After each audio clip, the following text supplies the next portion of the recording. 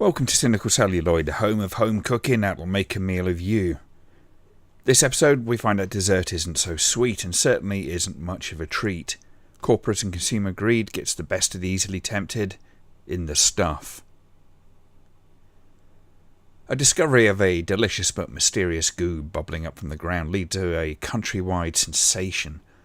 The stuff on its face is just a very tempting dessert, though it isn't what it seems, and anyone who consumes the wildly popular snack becomes hopelessly addicted and enslaved by it. When corporate spy David Moe Rutherford finds out that there's more to the sweet's attraction than good old-fashioned sugar, he has to race to let the world know of the enemy within, their stomachs.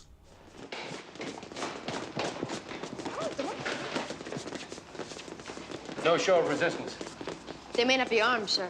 Doesn't matter if they are armed. There is no match for the American boy. We have never lost a war. What about Nam, sir? We lost that war at home, Sonny. They may have run out of us.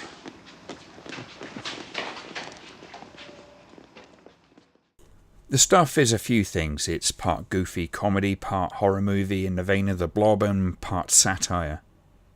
For such a daft movie, it does have its hands full playing off of these elements, and it's surprisingly successful in some areas and not so much in others. Kicking off with some rather ham-fisted, though amusingly, not to say the least, a little desperately pitched exposition, we're introduced to the frothy goo that becomes known as the stuff. This uncannily popular, though vacuous snack takes the country by storm, and everyone who tastes it loves it. But some seem to notice how oddly the fans of the foam are acting.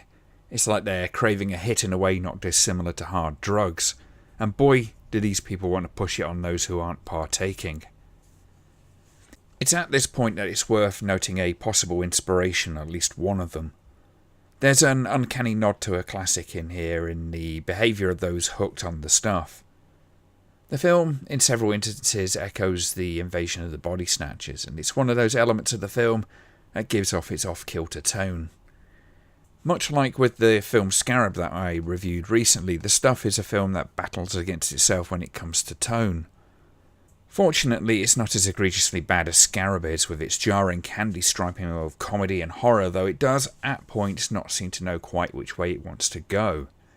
It does lend the film a certain haziness as to how we're supposed to react to it, because it does genuinely go from being very funny to having moments of serious nightmare fuel. The problem for the viewer, of course, is making the transition between these moments, and for me that occasionally meant having to leap around, mentally speaking, to allow the film to do its thing most effectively. Couple that with some slightly bizarre performances, a jittery script, and the now very dated low-budget effects, and it's not hard to come to the conclusion that the film leaves a lot to be desired these days. Suffice to say that it's not aged very well, but thankfully that's not all that can be said about the stuff. For all its many practical faults, the film is actually rather subversive. Underneath the schlocky B-grade feel, there's a fairly prominent commentary on junk food. Now admittedly, it's not exactly the most subtle example of political criticism, but what it lacks in grace it more than makes up for in gusto.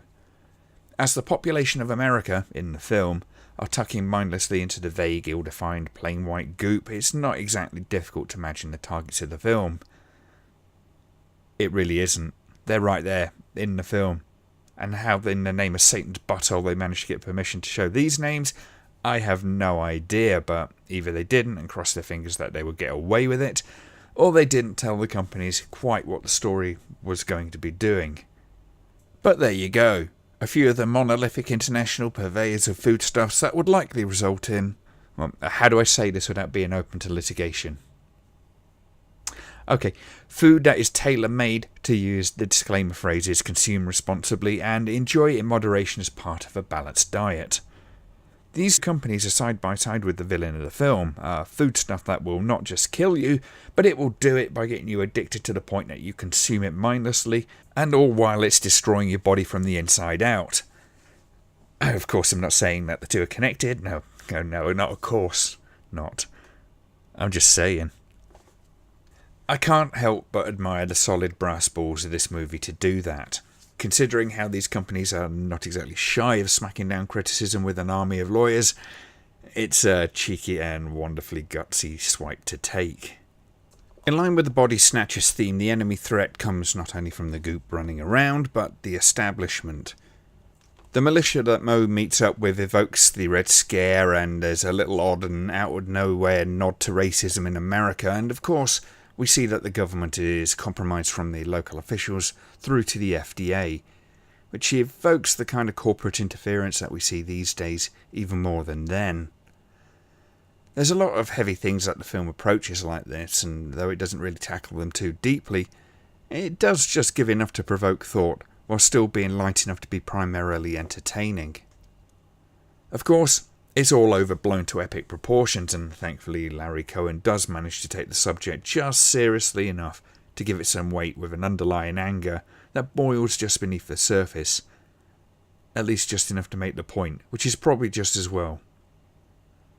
The comedy in the film does make the film feel less preachy than it could have done though, which is possibly for the best, though a fully serious remake of this would actually be a rather interesting thing to say the least. Sometimes the comedy does hit home, and other times, well, it feels just a little bit too goofy. Wait. We are not alone. The only thing Chocolate Chip Charlie knows better than fighting is running. Pick a direction. It does have to be said that at times the whole thing can feel a little bit too Claudio Fragrasso though. This is particularly true of the scenes with the young Scott Bloom, who is not a bad actor here in particular, but he seems just self-aware enough to not quite connect with being in the scene. He was young and it was his first film, so I can hardly hold it against him too much, but the character more often than not feels like he's going through scripted motions. It's just not quite natural feeling when he does and says things. It does get better as the film goes on though.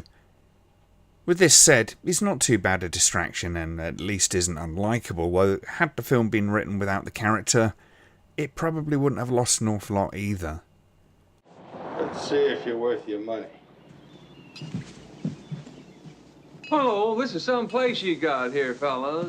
This is, gosh, that's a sweaty palm. That's two sweaty palms. Let me feel. Ah, that's another sweaty palm. Yes, sir. Hello, sweaty palms. How do you do? So tell me about the stuff. To be fair, most of the characters ride the same line. Mo is often smug or glib, but he just staves off being particularly obnoxious, mostly by virtue of the fact that he's smart and wily enough of a guy to justify having a degree of confidence. I'll pass over the name of the one black character in the film, and we can chalk that down to the time and, well, say no more. If there's any fault that damages the film, other than its shifting tone, it's really just the somewhat abbreviated nature of the story.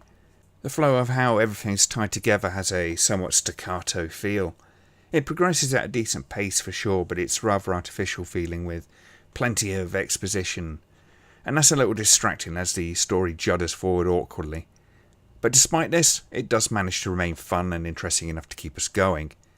It is a little tenuous at times, but fortunately it doesn't completely break the film. It's really things like the film talks about that makes it worth watching though.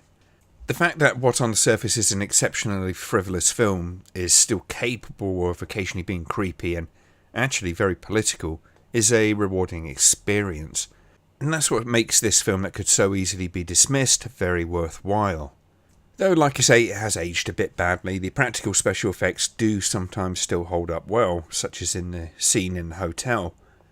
And with the enemy within body snatchers vibe it has going on, it's still a very entertaining and just silly enough experience to earn its place in your collection.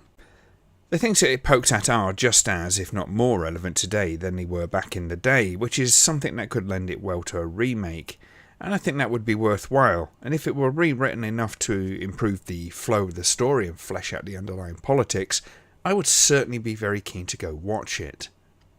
It's a real nod back to the old school horror of the 1950s, camp as a row of tents, and with a healthy dose of commentary infused into it. It ain't perfect by any means, but it is a memorable and odd flawed gem.